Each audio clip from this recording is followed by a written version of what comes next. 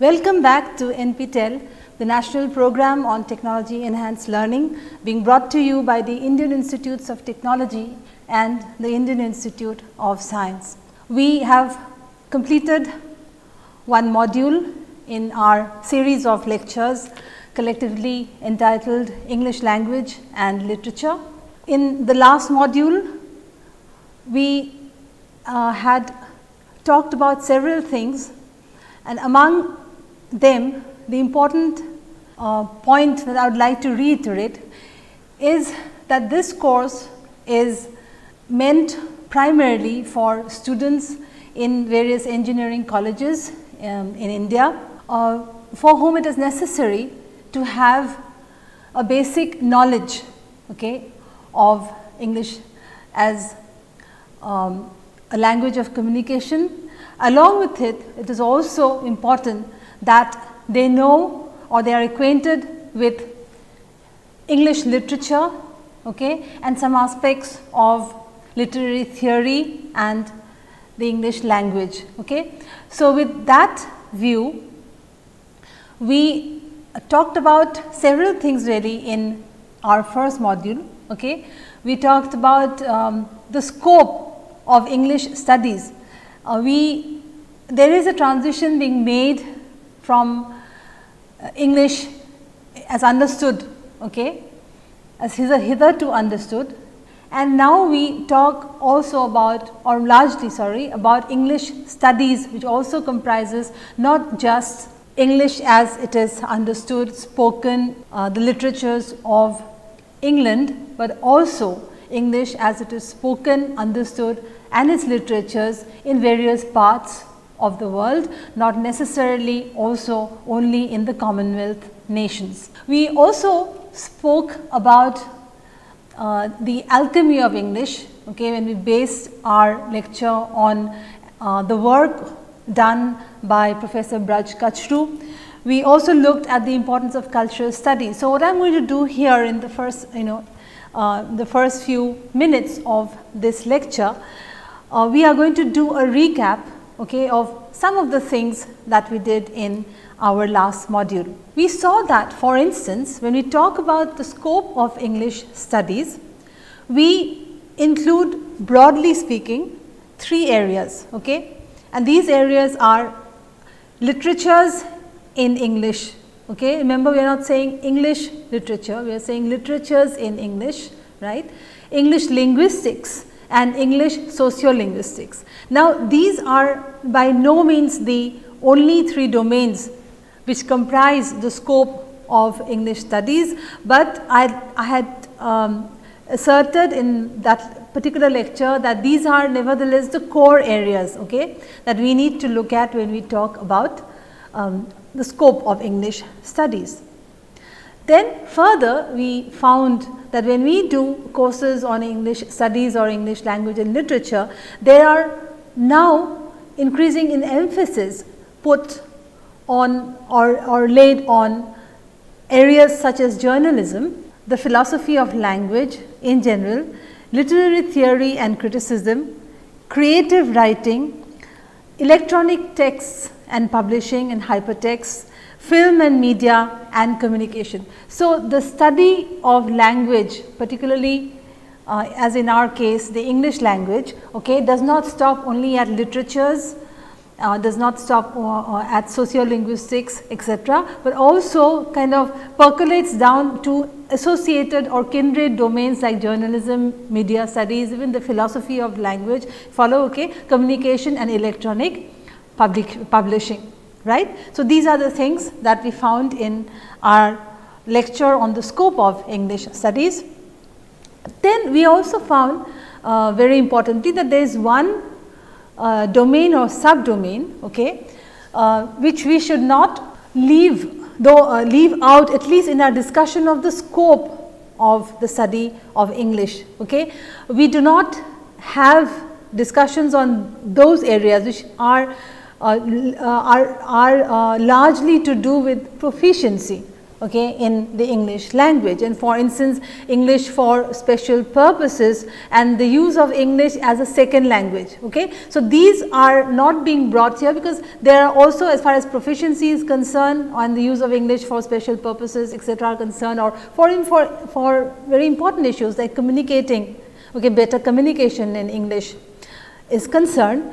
You just need to go to the NPTEL website to find that there are a few courses, at least a couple of courses, okay, which address these very important needs in students. So, this part we are leaving out from our program, or sorry, from our course.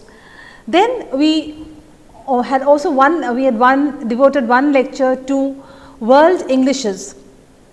Okay. And we found that when we talk about world Englishes, it's not just a matter of accepting the fact that there are different variants of English all over the world. Okay. The idea of a Queen's English or a standard English, which was so, as we will find, was so important, okay, as far as say early modern English was concerned in Britain. In this case, really there is a political need, okay, to recognize the existence of several Englishes, right.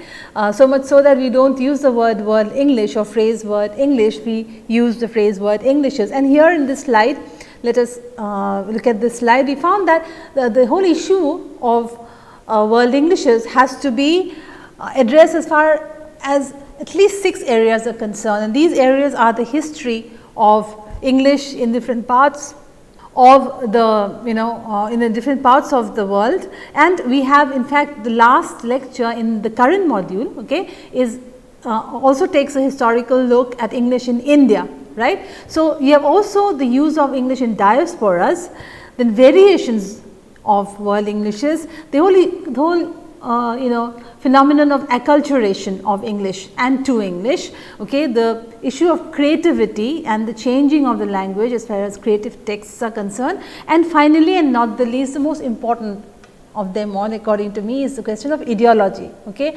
Ideology means the way you perceive the world. Okay. It's like you could say a set of lenses through which you perceive the world. Okay. So, these are some of the things we found, that the world Englishes is not just about studying different variants of English, but also their histories, their ideologies, etc. Okay. So, this is what we did in the lecture on world Englishes.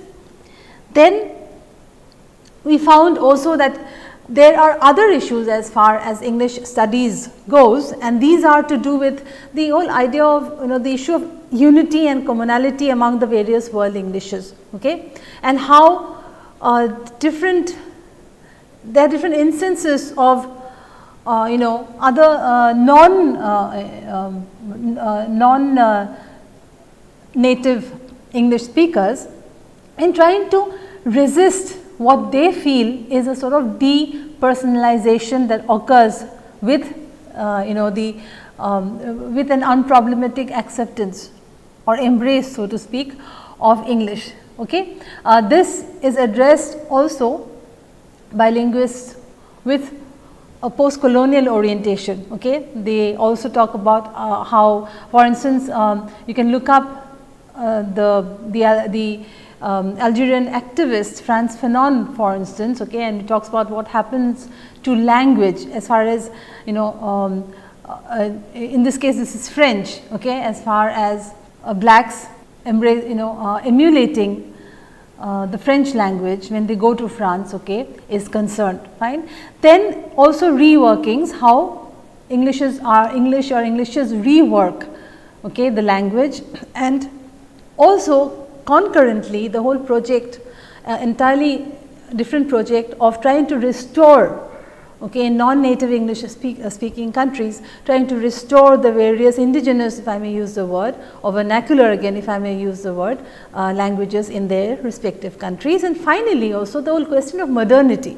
Okay, does speaking English also mean modernity? Does it mean that we take its concepts and does it make it modern? Now, these are really hugely, again, I would say contentious issues. Many scholars have many things to say about these, but we brought this up in the last last lecture, last module, just to give you an idea of how many things, how many problematic things come into our discussion of world Englishes.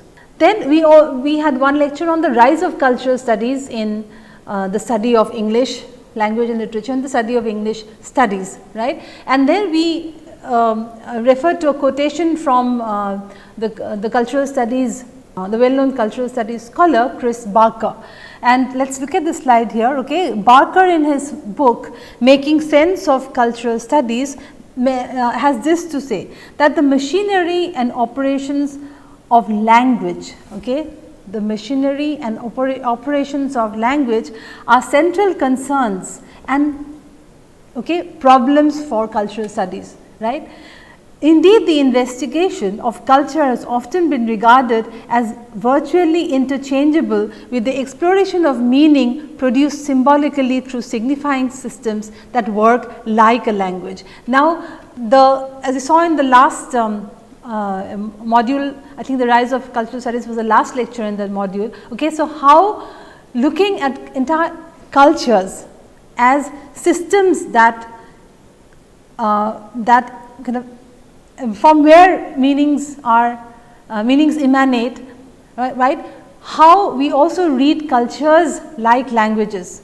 Do you understand? So, if one language has certain symbols in which you arrange in certain ways, cultures are also seen as symbolically constituted as if they were languages. Okay? So, we also looked at this part or this aspect, relatively new aspect of the rise of cultural studies as far as English studies is concerned. Then we also talked about discourses, okay, how languages are, not just English, languages are in general, they are discourses, right.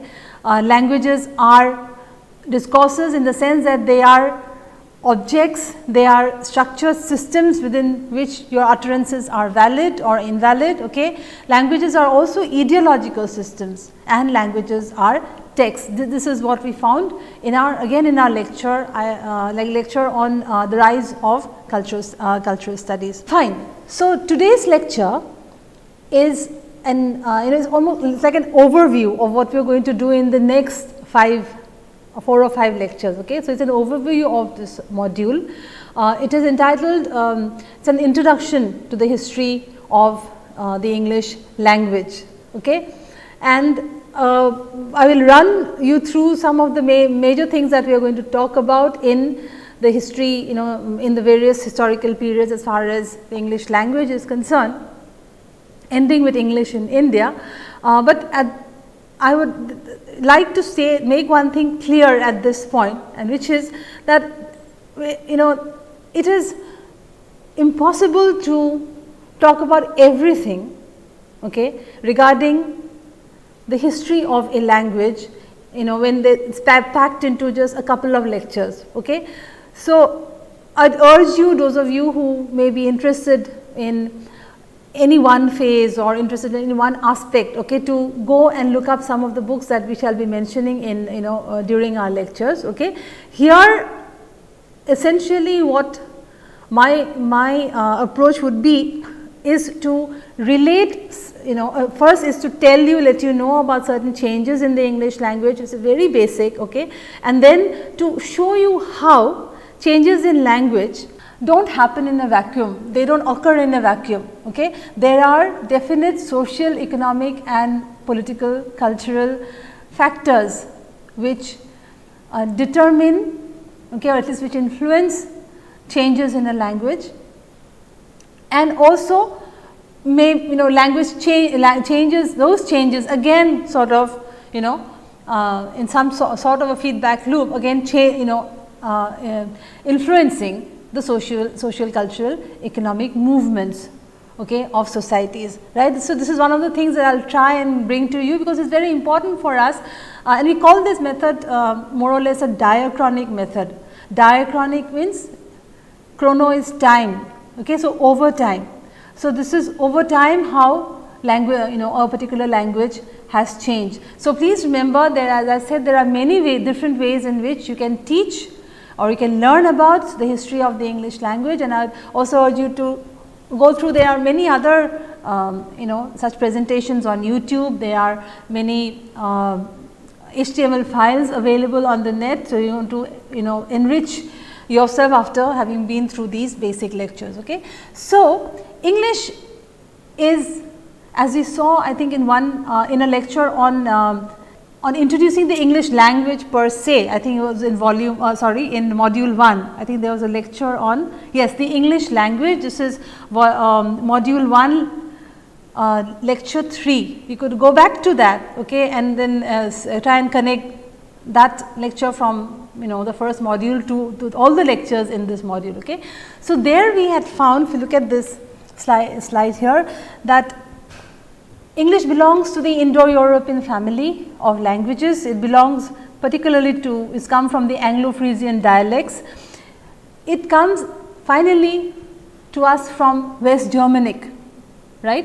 So, this we first place English. We do not have English as we have it in the modern form today. We did not have English in the history of English. We know that we did not have English in the form that we have today. Today's English is modern English, it is many would say global English, right. So, we will see how English develops, okay, belongs to a certain family of languages and the reasons why, and we will begin with the period Old English. So, just quickly about again the status of English. English is the official language in 51 countries according to sources, and substantial native English speakers are found in 104 countries. It is the third most spoken language, and there are more than 600 million people, okay, who use English as a second or as a third language. Okay. So, we talked about the proliferation of English over the globe, and we just provided some statistics in our lecture on the English language in the last module. So, again as always, let us declare the text from where we shall be taking our points, and these are A.C. Bawes, A History of the English Language, Charles Barber's The English Language, A Historical Introduction, in Indrani Ghosh's edited volume History of English Language, A Critical Companion. Now, it is not necessary that these are the only texts that you need to consult. You can always have different sets of books, but I thought that it was important for us to kind of zoom in on a few texts so as to have some sort of a guide, and also as some sort of a reference, instead of bringing points from all various books or one point from a single book, and it is always better for us to stick to a limited number of books when we talk about. Of course, time and again I shall be referring to other texts, and I shall mention the names and authors of those texts. As always, I shall also have occasion to read extracts, sometimes maybe long extracts from certain texts, and in that, as far as academic ethics goes, I shall every time declare that I am reading from this particular source. Okay. So, English, when we look at the history of the English language, okay, we need to divide the history of English into 3 or 4 major, okay, very major periods of the language. Okay. And the first period is known as Old English, right, which came about, which is language that came about after, and you can say because of, the conquest of England by marauding tribes. Okay. These tribes are known as the Angles, the Saxons and the Jutes.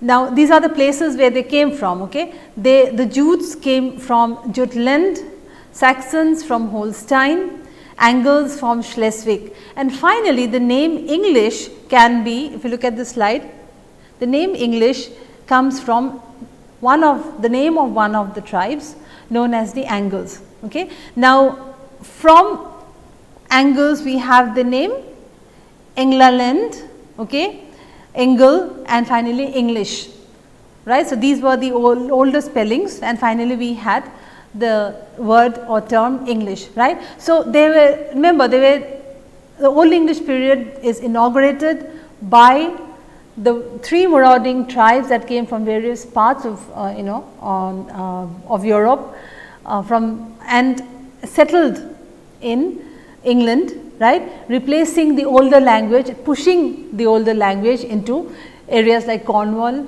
Wales and Scotland, right. Now, more details are to be found in the next lecture in this module, which is on Old English. Now, the characteristics of Old English, one of the first things that you note is the spelling and pronunciation of Old English. Okay. Pronunciation of Old English words differs from that of their, obviously from their modern equivalents. Again, I would urge you maybe to go to Google Images or go to various sites on the net, or even if you get these on books, to see how. Now, for copyright reasons, I have not brought those images here, but you can any text, Beowulf for instance, okay, is going to, you have an idea of how different the pronunciation and spelling was, okay, even some of the letters, okay, as far as Old English, the difference between Old English and modern English is concerned. Now, there was absence from words derived from Latin or French largely, and the grammar is different. The Old English is synthetic, but modern English is an analytic language. More about this in our next lecture. Now, the distinction of course of number of singular, plural and case, the grammatical gender was not dependent upon considerations of sex, very important. Okay. For example, Mona, moon is masculine, okay. Make, then girl, right, wife, that is wife, and child, that is child, are neuter. Okay. We understand woman in modern English as being a feminine gender, okay. But there was a great difference when we compare modern English and Old English in terms of grammar, and particularly in terms of grammatical gender. Then the two very important texts in Old English are a Beowulf, which is a folk epic, okay, and the Seafarer, which is a monologue. And as Baugh, A.C. Baugh, who is one of the source texts here, remarks, the literature of the Anglo-Saxons is fortunately one of the richest and most significant of any preserved among the early tutors. Beowulf now is available, has been available for a long time. Okay. So, again those of you who are interested may want to just have a look at the kind of writing and language you find there, even though obviously it will be very difficult for you to understand the language or that version of English unless you are trained to read that. We also have translations and books under King Alfred, then we have the tragedy The Wanderer, war poems, for instance. Anglo-Saxon literature is considered to be one of among the richer phases of English. Okay. So, next in this journey of the history of English language, we move on to another phase, which is known as Middle English. Now, we have moved over from Old English to Middle English, which is generally considered to be, even there are slight differences in date regarding scholars, this usually understood to be within 1150 to 1500. Okay. So, Middle English really had different dialects. By the time you can imagine the Anglo-Saxon was language, English as in through Anglo-Saxon was established, and now there grew to be different dialects. Okay. So, by the time it is Middle English, that is from 1150 onwards, we find that there are at least 4 major dialects here, and these are the Northern dialect going by their geographical areas, the Northern dialect, the East Midland dialect, West Midland dialect and Southern dialect. Okay, dialect. We find later on that East Midland begins to gain more prominence, in another say 100 years. Okay. Now, again let us quote from Charles Barber. Okay, read from an extract from Charles Barber, whose text on the history of the English language is another text with us. Okay. He talks about the Norman Conquest, which marks, okay, the beginning of Middle English, right. The Norman French Conquest, okay, for which this is one date from which we can mark separate 2 periods in the history of English language. Okay, he says Old English. Now, again, you see, whenever we demarcate historical periods, okay, it would be sort of naive on our part to think that historical periods are watertight, okay, that when you say end of Old English with the coming of the Norman French, that Old English completely disappears and is replaced by Middle English. It is not so. Obviously, there are percolations, okay, there are remnants, even as in an earlier age there may be some hints or glimmerings of a new language, a new variant of a language emerging. So, let us read what Charles Barber says. Charles Barber is one of pioneering, again with A.C. Baugh, one of the pioneering figures in this, in the study of English, the history of the English language. Now, this is what he has to say. Let us look at this slide. Old English did not disappear overnight at the Norman Conquest, nor did it immediately stop being written, for the West Saxon literary tradition was continued for a time in some of the great monasteries.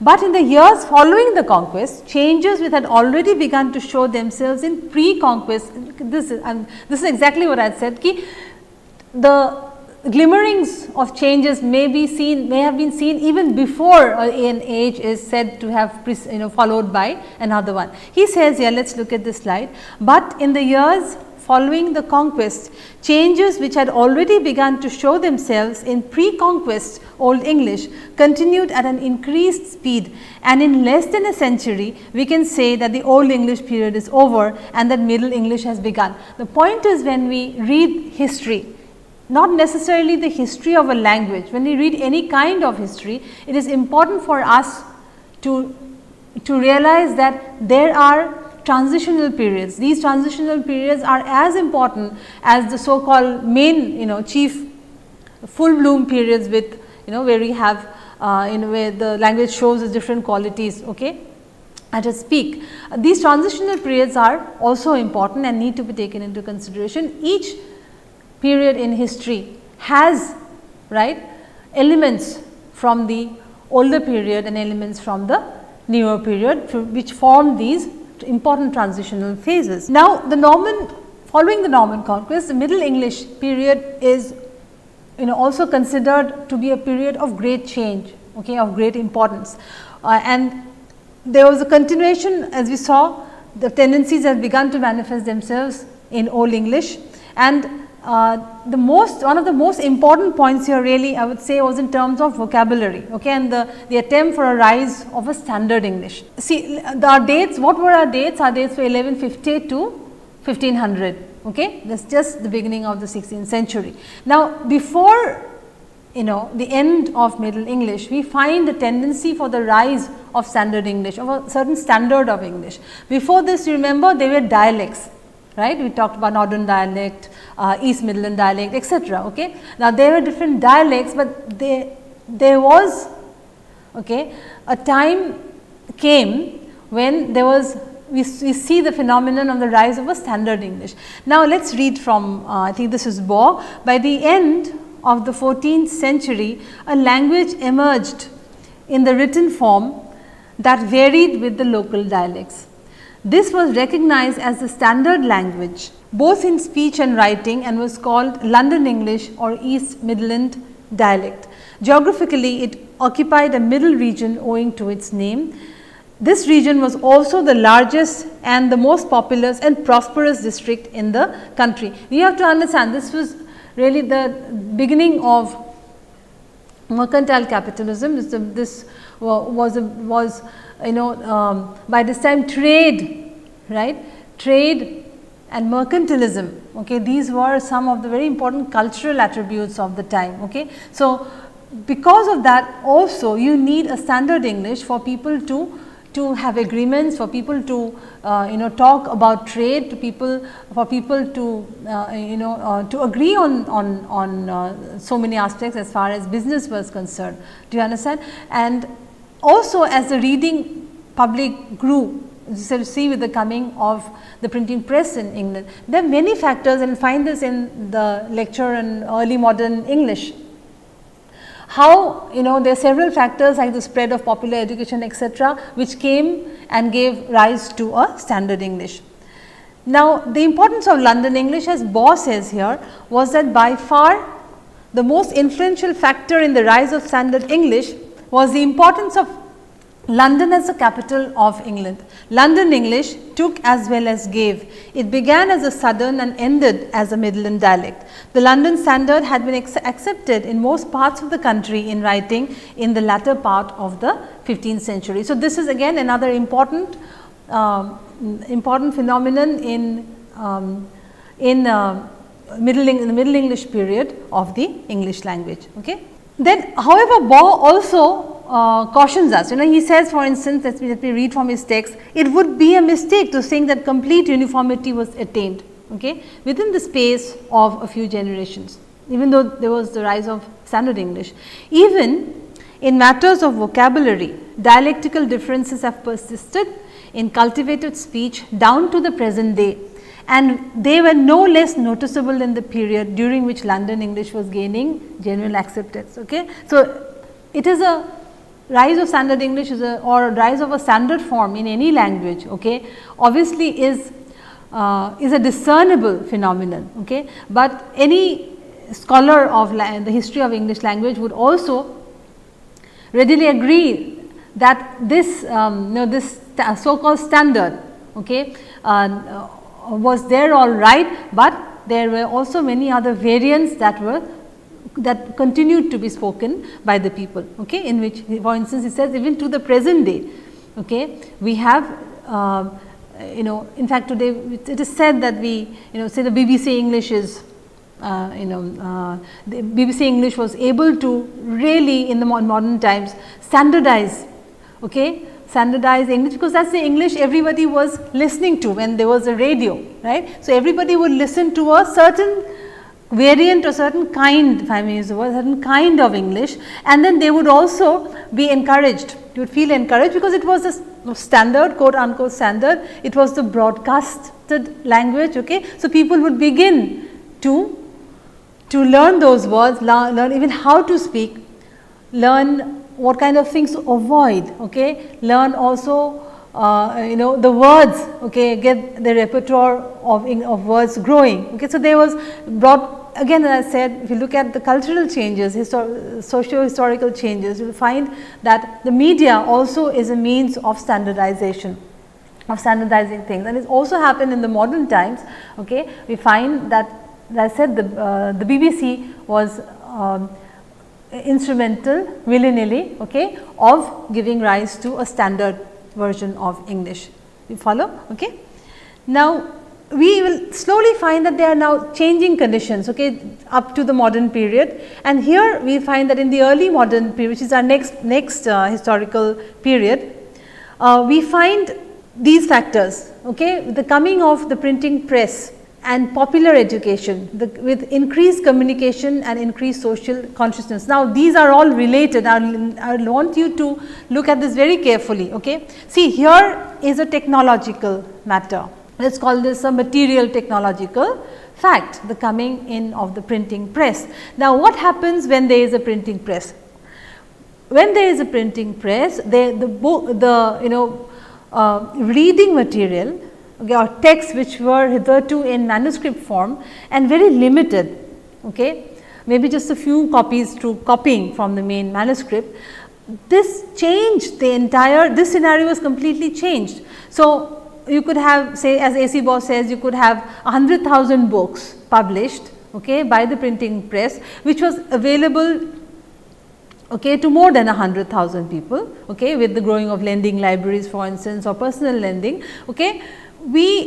People could actually get copies, right, and read them. Now, what happens is, this also gives an impetus to popular education, the availability of texts. Okay. Why not? The rise of schools, of course. This is the point that may have come to your mind, the rise in the number of schools, okay, the rise in popular education, people reading not for any specialization purposes, but people reading reading texts, reading poetry, for instance, okay, reading prose, for instance, even for just leisure and pleasure, right. So, the printing press therefore made available books in in the English language, which would then establish the language in a way it was never established before. Now, see, if the modern counterpart was the BBC, and even after that, if the counterpart is saying the internet, okay, during the transition from Middle English to early modern English, the early modern English, which is the next period in our division of the way we have divided, is generally divided the history of English language, we will find that this is a very important phenomenon. So, a technological phenomenon leads to a cultural phenomenon, which is the growth of popular education, it's increased communication, and finally, it makes an impact, or it has an impact on social consciousness in general. Okay, ideas now come to be shared by people. The social consciousness is changed, right? The general knowledge atmosphere has changed. Okay, even I would say the general ideological atmosphere changes, because it also matters what kind of books are published. Do you follow? What kind of texts are chosen to be published? That also leads to a change in the social consciousness of people. So, remember, this is an extremely important time as far as the English language is concerned, and as we found that there was a rise of a standard form of English, finally zooming into the East Midland dialect that was there among the 4 dialects. It was important that London slowly came to be the capital and the business capital, business center, okay. And there was a need also by the tradesman class, by the mercantile class for more education. Do you understand? Okay, so these are, you see, some of the social, technological, historical, political changes that also determine the course of a language. Now, Baugh again, A.C. Baugh mentions this here. He says, the majority of the texts, it is true, were in Latin, whereas it is in the modern languages that the effect of the printing press was chiefly to be felt. In England, over 20,000 titles in English had appeared by 1640. That is the middle of the 17th century. The result was to bring books which had formerly been the expensive luxury of the few within the reach of all. Okay, so there was a sort of, you may use the word, a democratization of the reading, of reading accessibility. Okay, of the accessibility of books, of reading, or I would say the democratization of the reading opportunity, right. So, the A.C. Baugh says, the result was to bring books which had formerly been the expensive luxury of the few within the reach of all. It was possible to reproduce a book in 1,000 copies or 100,000, every one exactly like the other.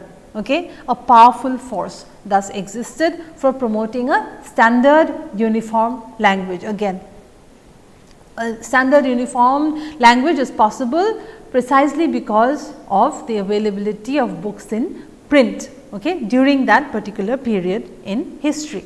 Then we will now move on to the next period, which is modern English. Modern English really is divided into two parts, that is early modern English and late modern English. Now, many scholars call the first early modern English, and the second they do not use the word late, they simply call it modern English. Okay. Modern English is again not homogeneous over time. Okay. The modern English that was there say 200 years ago is not the English that we have today, since language is extremely dynamic, and the English language in particular, okay, among some other languages, is also a very dynamic language. It has been able to give as well as take, as it were. Okay. So, when we come to the modern period, there is one thing that I would like to highlight here, okay, among other things, and which is the enormous growth of vocabulary, right, in as far as the modern times are concerned, right.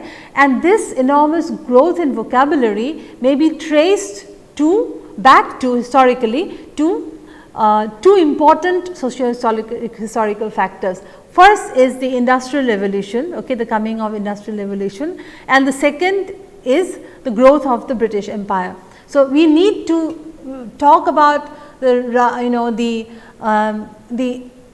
enormous sort of impact these two things had, okay, on the growth of vocabulary, right. So, we will end with the modern period and also a bit about about science, etc. Okay, and let us first begin with what happened, okay, in because of these two historical events or series of events, which is the Industrial Revolution and the rise of the British Empire.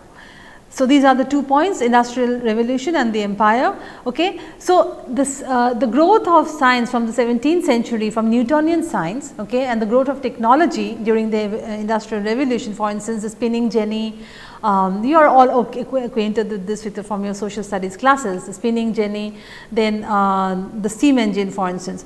They gave rise to new materials, definitely, new machines, right, new means and improved means of transportation and communication and new systems of manufacture. Now, these, remember, these, you will agree that these are relatively very new things. You had materials like never before, okay, with the coming of science and technology in after with Newton, okay, some people also call the coming of the modern age, okay.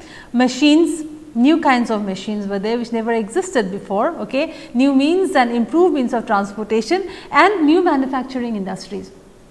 Things were at least that were not manufactured in the old artisan industry or way of manufacturing things. So, this necessitates the growth of vocabulary. You need words, okay, in order to name, at least you name these things.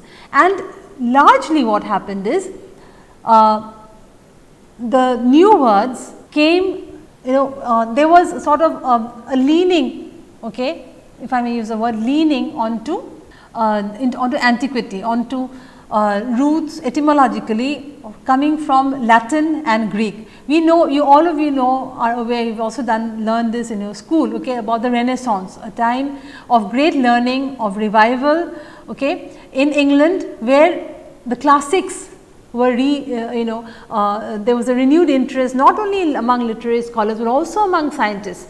Scientists too took a great interest in in antiquity, in Latin and Greek texts, not for the science, okay, precisely because of the great literatures that came from those times. So, as we see here, the new products, for instance, the new products, machines and processes, there were new words, for instance, like train, engine, reservoir, pulley, combustion, piston, hydraulic, condenser, electricity, telephone, telegraph, lithograph, camera, vacuum, cylinder, apparatus, pump, siphon, locomotive, factory. Some of these may also have originated later in the New World, okay, in America. But the point is here, this slide shows us that new products, new machines will need new names.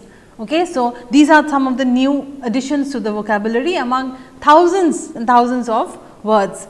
So, next when we talk about modern English, we cannot leave out the phenomenon of the growth of a type of English, a variety of English in America, in the New World. Okay. Now, with the coming of the Pilgrim Fathers in the 17th century, we had slowly the rise of a variant of English known as American English. Okay. So, American English was the English that was established in the New World, okay, following the conquest of the New World by the English, right. So, for instance, they were again native. Remember, we had said that languages both take and give. So, it is not that one part, or say one territory is conquered by some other country, and that the territory in question only takes, but the conquering country, okay, also takes in words from the country they have annexed or conquered. Okay. So, we have from the Native Americans, we have words, for instance, of animals like raccoon, opossum, moose, chipmunk, skunk, and also for instance tomato. The word tomato is of Native American origin, which was taken into the English language.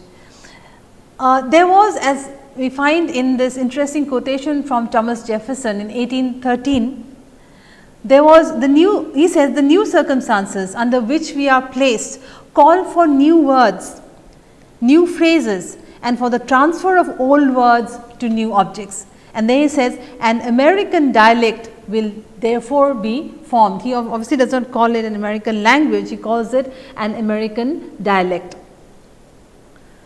A most important figure in this overview of in the English language, the history of English language here we cannot do without is Noah Webster as far as the American English is concerned. Webster, as all of you are familiar with the fact that there is a Webster's dictionary of English, of the English language, and Webster said, so there was through Webster the attempt, and a successful one, okay, of pruning words, right. They are not new words, but these are words from the mother country, so to speak, okay, that are pruned simply because letters are not seem to be necessary here. And all of you are familiar with this. For instance, theatre, for THEATRE we have theatre, and instead of center from the old CENTRE we have CENTER, okay, color, honor, traveller, jeweler, check, instead of CHEQUE we have check, and same for mask, okay, plough, PLOW for PLOUGH. So there was, among other things, Noah Webster tried to prune the existing English words and to make them more streamlined as he thought them to be. Therefore, English in the scientific age, if we say the modern age is a scientific age, English in the scientific age therefore sees certain standardization and codification. Okay. For instance, there is also the variant of public school English. Okay. There was a new scientific vocabulary, changes in pronunciation, the influence of scientific writing, new words for that were necessary for the scientific enterprise, in a way in which it far went far beyond in number than the previous systems of use of words in the scientific domain was concerned. Okay. So, science was a very important factor, as I said, science and empire, science and technology in the Industrial Revolution and empire, these are the important socio-historical factors. Today we find that culture industries, English is also determine the kind of English we use today, and the new words, for instance, new usages that come to us also come from the press, from advertising, from communication industries, transport and communication, from broadcasting. We gave the example of the BBC, from broadcasting, from television, you can name it, from soaps, from documentaries, from National Geographic, etc., from sound recording and also motion pictures. These are also ways through which changes in the language come in. Then we will end here now, and there are some of the things which we obviously could not discuss here, and especially from English in India. So, let us leave it for the last lecture in this course, where we will talk about it in detail. So, if you ask a question like what should the study of a study of the history of say any language, say particularly the English language, focus on. One of the ways you will say that one of the ways to focus is not to study changes, because history means change. Okay, you look at the history of something because it is a dynamic process. Now, it is not just chronicling. Okay, it is a historian is different from a chronicler. A chronicler will give you dates, and that is why here I have not really talked so much about dates really. Okay, chronicler will give you dates and their events, but a historian is going to look at a far more holistic picture of changes, say in the case of language, in relation to, as I said in the beginning, relation to changes in technology, changes in science, changes in society, changes in political processes. Do you follow? For instance, empire is something that we found was growth of the British Empire was very important, or had important implications for the English language.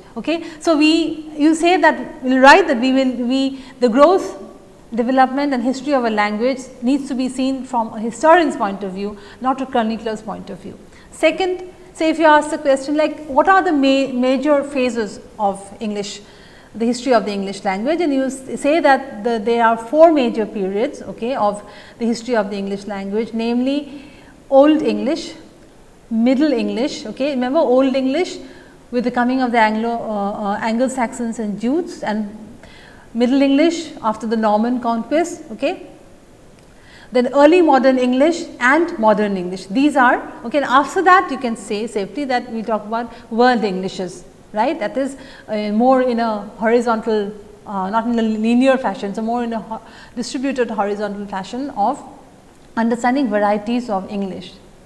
Do you follow? Okay. Then another third question would be on how, a question like how did a standard form of English emanate? Okay. Then you would have to talk about the London dialect, you talk about the rise of the tradesman class, you have to mention the printing press, for instance, the spread of education, rise of popular education, the rise of in the number of schools, for instance. Okay. So, this is one of the first times when there was a standard rise of a definite standard English, right.